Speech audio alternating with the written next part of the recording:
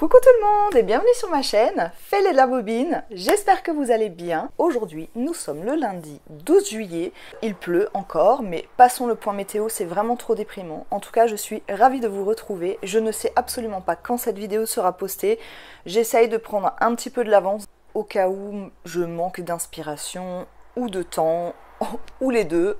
Ça fait très longtemps que j'ai envie de me coudre ce qu'on appelle un pantalon taille ou pantalon portefeuille ou encore pantalon du pêcheur thaïlandais. Enfin bref, on peut le retrouver sous différents noms. J'ai hyper envie de le faire, donc je vais le faire avec vous, tout simplement. J'ai cherché sur internet, évidemment, comment faire ce pantalon. J'ai trouvé des blogs, des vidéos, des tutos.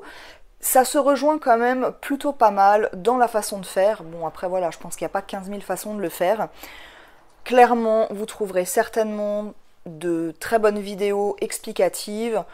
Moi, je vais vous emmener avec moi, mais clairement, je ne pense pas que ce sera le méga pas à pas qui déchire tout, quoi. Hein. Voilà, il y a des gens qui font ça très bien, je ne suis pas certaine que ce soit mon cas. En tout cas, je vous emmène avec moi. Évidemment, je vous glisserai en barre de description les blogs ou les vidéos dont je me suis servi pour pouvoir faire ce fameux pantalon. Pour le faire, comme je vous disais, je n'ai pas franchement beaucoup de tissus unis, autant dire qu'ils sont quasiment nuls. En tout cas, on m'a donné, il y a très peu de temps, 2 rideaux comme ça. Je me suis dit que c'était l'occasion de les tester. Ça ressemble un petit peu à du lin, mais ça n'en a pas franchement la texture. Je sais absolument pas ce que c'est comme rideau. En plus, c'est carrément hyper transparent. On me voit très bien. Voilà, pour faire... ça fait plus filet de pêche que pantalon du pêcheur, hein. C'est pas grave, comme dit, c'est juste pour l'essayer. Au pire, je pourrais toujours le doubler, je pense. On verra. Moi, j'ai envie d'essayer. De toute façon, ça, j'en ferai clairement pas grand-chose, à part des sacs à vrac. Ah, ça aurait été une bonne idée, ça aussi, de faire des sacs à vrac. Bon, si jamais le pantalon, ça me convient pas, je pourrais toujours faire des sacs à vrac avec. Ou des filets de pêche. Je vais essayer de ne pas le mettre en boule du coup parce que je l'ai repassé, ça serait dommage de devoir le refaire. Je regarde en bas, c'est parce que j'ai mes notes. Je vous mets la photo ici de comment doit se faire ce pantalon. Donc comme vous pouvez le voir, ce sont 2 rectangles ou 2 carrés. Tout dépend de la longueur que vous voulez donner à votre pantalon, si vous voulez que ce soit un pantalon, un pantacourt, en short.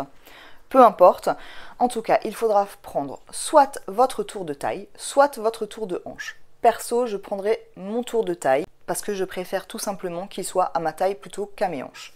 Ça, c'est une question de choix. Donc, vous prenez ce tour de taille.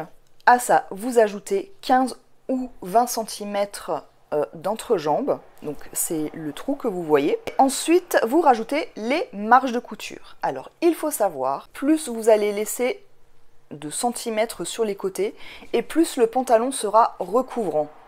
Vous comprenez ce que je veux dire? Ça veut dire que si vous le faites trop étroit, en fait, quand vous vous asseyez, eh bien, on risque de voir à peu près l'intégralité de vos jambes. Tout dépend de l'effet que vous voulez. Perso, j'ai pas forcément envie qu'on voit toutes mes gambettes, donc clairement, je vais rajouter un petit peu de marge sur les côtés. Ce qui veut dire que si mon tour de taille est de 80 cm, je vais rajouter 20 cm d'entrejambe, donc on arrive à 100 cm, soit 1 mètre, auquel je vais encore rajouter les marges de couture. Donc perso, on va dire que je vais rajouter encore 5 cm de chaque côté, ce qui fait 10 cm, donc ça me fera 1,10 m. Et pour la longueur, eh ben, tout dépend de la longueur que je veux. Il faudra que je mesure mes jambes. N'oubliez pas de rajouter les marges de couture pour l'ourlet. Il faudra également ajouter 4 bandes donc, qui serviront de lien. Parce qu'en fait, ce pantalon, il faut l'enfiler d'une certaine manière. Mais ça, je vous montrerai une fois qu'il sera fini, si j'y arrive. En fait, il faudra nouer, par exemple, une partie sur le dos et une autre partie sur l'avant. Tout simplement. Alors, comment moi je vais procéder? Je vais mesurer ma taille. Je vais faire mes calculs et je vais le dessiner. Je pense que j'ai à peu près tout dit, donc on va pouvoir commencer, c'est parti. Après avoir pris mes mesures, mon tour de taille est de 81 cm. Pour reprendre le dessin, alors c'est pas du Van Gogh, c'est plutôt du Picasso, mais on fait comme on peut. Je vais prendre mes 81 cm plus les 20 cm que je vais ajouter ici pour l'entrejambe, donc 20 cm,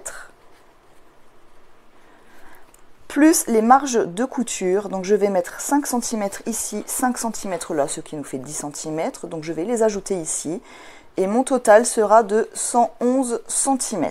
La largeur de mon pantalon fera 111 cm. Je vais simplement utiliser un pantalon à moi pour la longueur, et je vais rajouter les marges de couture. Ne pas oublier les marges de couture, et là tout dépend de l'ourlet que vous voulez. Ensuite, il ne faudra pas oublier de faire les liens pour pouvoir attacher simplement le pantalon.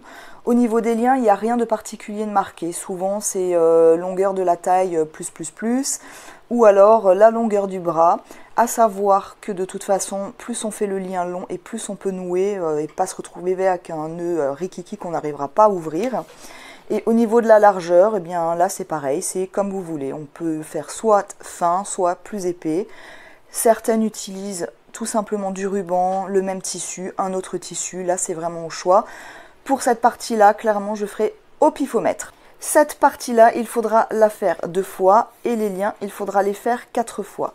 Autre petite chose, c'est au niveau ici de l'entrejambe, il est préconisé environ 30 cm. À savoir que plus vous le faites long et plus vous pouvez remonter votre pantalon. Là c'est pareil, vous pouvez aussi mesurer un de vos pantalons pour voir la fourche. Eh bien j'ai toutes mes données, je vais pouvoir attaquer maintenant le pantalon. C'est parti!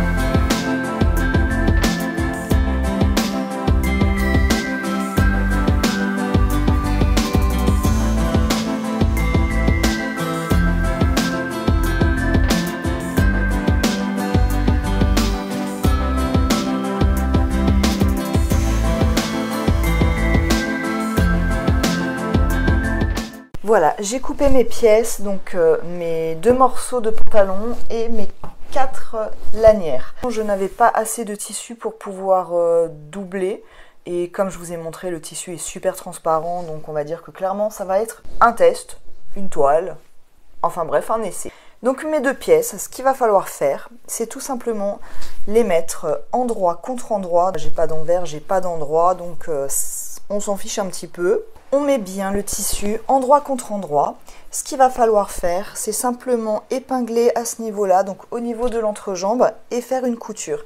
Alors normalement, le mieux, c'est de surfiler son tissu. J'ai vraiment pas envie de m'embêter à sortir ma surjetteuse, parce qu'en fait, là, elle a des fils blancs et que clairement, sur du marron, ça va vraiment faire moche, et j'ai pas trop envie de m'embêter à changer tous les fils. Une fois que l'entrejambe sera cousue, il faudra penser à coudre les côtés. Le mieux étant également de le surfiler. Il faudra faire tout simplement comme un ourlet. Comme c'est un pantalon portefeuille, quand on marche, qu'on s'assoit, ça va s'ouvrir sur les côtés. Donc le mieux étant quand même de soigner ses finitions. Donc surfiler pour plus de sécurité et faire un joli revers, ourlet, enfin bref, appelez-le comme vous voulez.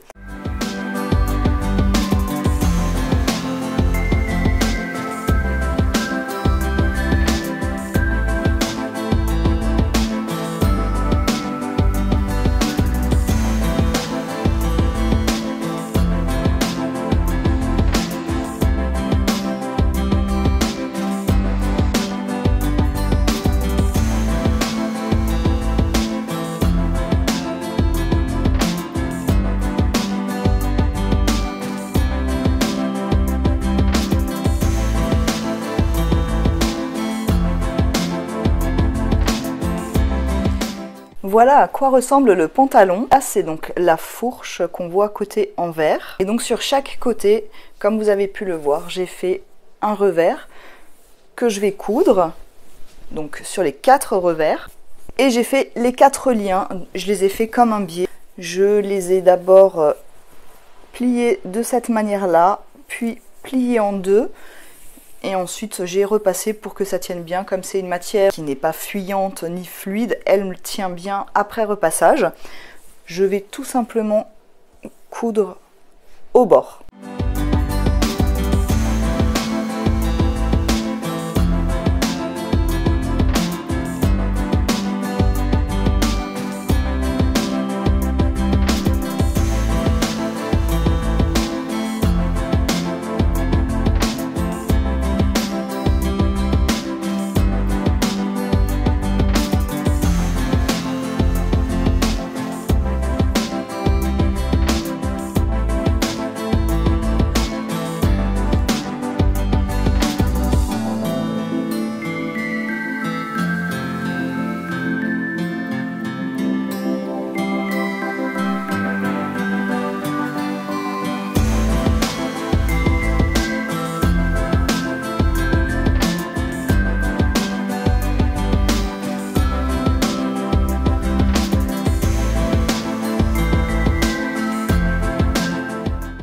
Me revoici avec le pantalon. Comme vous pouvez le voir, c'est le côté envers de la fourche. Encore une fois, normalement, il faut surfiler. Si vous n'avez pas de surjetteuse, faites le point zigzag. Ça évitera d'avoir les petits fils tout pas beaux ici. Toujours sur l'envers. Donc là, il est comme ça. Et quand je le tourne, donc il y a un côté du pan qui sera l'avant et le même donc qui sera à l'arrière. J'ai donc fixé les lanières. Donc ce que j'ai fait, c'est que j'ai fait un genre de d'ourlet en fait sur le haut que j'ai rentré à l'intérieur. J'y ai simplement mis le lien que j'ai cousu comme ça, et donc tout le long pour arriver de l'autre côté et faire la même chose à ce niveau-là. Encore une fois, on voit que mon tissu est hyper méga transparent, donc nous sommes bien d'accord que je ne me baladerai pas dans la rue avec ce pantalon dans le jardin. Éventuellement, mais ça s'arrêtera à la propriété de chez moi. Voilà. Ce qu'il me reste à faire, eh bien, tout simplement, l'ourlet au niveau du bas. Donc, je vais l'essayer et je vais voir à quel niveau à peu près je vais faire l'ourlet. Mais bon, ça, c'est comme tous les pantalons ou toutes les jupes. À vous de voir la longueur que vous voulez. Évidemment, vous pouvez le faire long jusqu'aux chevilles. Vous pouvez le remonter en 3/4, le faire version Bermuda ou encore version short. Pourquoi pas? Eh bien, je vais faire l'ourlet et je vais pouvoir vous montrer ce pantalon porté. Évidemment, je vais vous expliquer comment on enfile ce pantalon. Je vous jure qu'il n'y a rien de compliqué. J'ai essayé, j'y suis arrivée du premier coup, nickel. Et voilà, j'ai fini mon pantalon, taille pantalon du pêcheur. Avant de vous le montrer porté et surtout avant de vous montrer la technique d'enfilage, je tiens encore une fois de plus à vous remercier pour tous vos commentaires, pour tous vos pouces, pour toute votre gentillesse et bienvenue également aux nouveaux et nouvelles abonnés. Je vais maintenant vous montrer la technique d'enfilage de ce pantalon. Surtout si vous avez des questions concernant ce petit tuto, n'hésitez pas à m'en faire part juste en dessous, j'y répondrai évidemment avec grand plaisir. Si vous avez aimé cette vidéo, n'oubliez pas de laisser un petit pouce. Vous pouvez évidemment commenter. Ça me fait toujours très plaisir d'échanger avec vous. Alors vraiment, encore une fois, n'hésitez pas, allez-y au taquet. Vous pouvez également me retrouver sur Instagram et vous pouvez faire retentir la petite cloche pour être averti à chaque fois que je mets une nouvelle vidéo. Voilà, et bien je vous dis à très bientôt et je vous laisse sur l'enfilage et sur le portage. À bientôt! Bye bye. Je prends le côté envers de la fourche, je la positionne donc ainsi, je la glisse simplement entre mes jambes, comme ça. Je prends le devant du pantalon que je vais mettre au dos et que je vais attacher tout simplement avec les liens et je fais la même chose avec le dos du pantalon. Je prends les liens que je vais nouer sur le devant. Mes lanières sont un petit peu longues, je peux clairement faire le tour. Après, à vous de choisir la longueur. Et voilà! Tadam!